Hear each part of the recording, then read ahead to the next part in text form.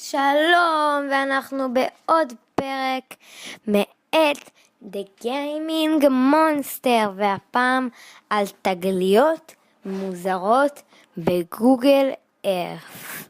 בואו נתחיל.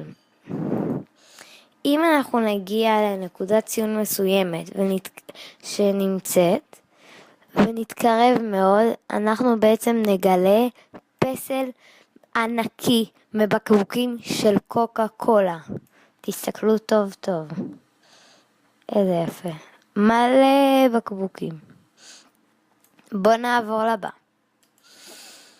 אם נלך למדבר גופי שבסין, אנחנו בעצם נגיע למדבר שבעצם יש בו מלא דברים מוזרים כאלה.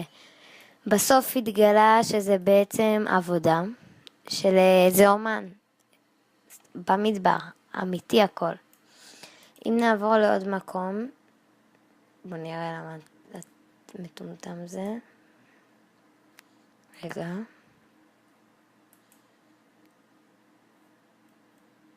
הנה.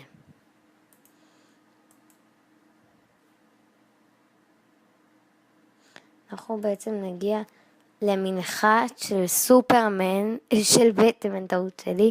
פשוט כאילו יש את הסמל של בטמן על בניין. זה מאוד מטורף.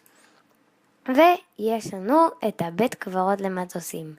זה אלפי מטוסים, אתם יכולים להסתכל פה. מטוסים קטנים, גדולים, ענקיים. טוב. מקווים שנהנתם ב-The Gaming Monster. נתראה בפרק הבא. ביי!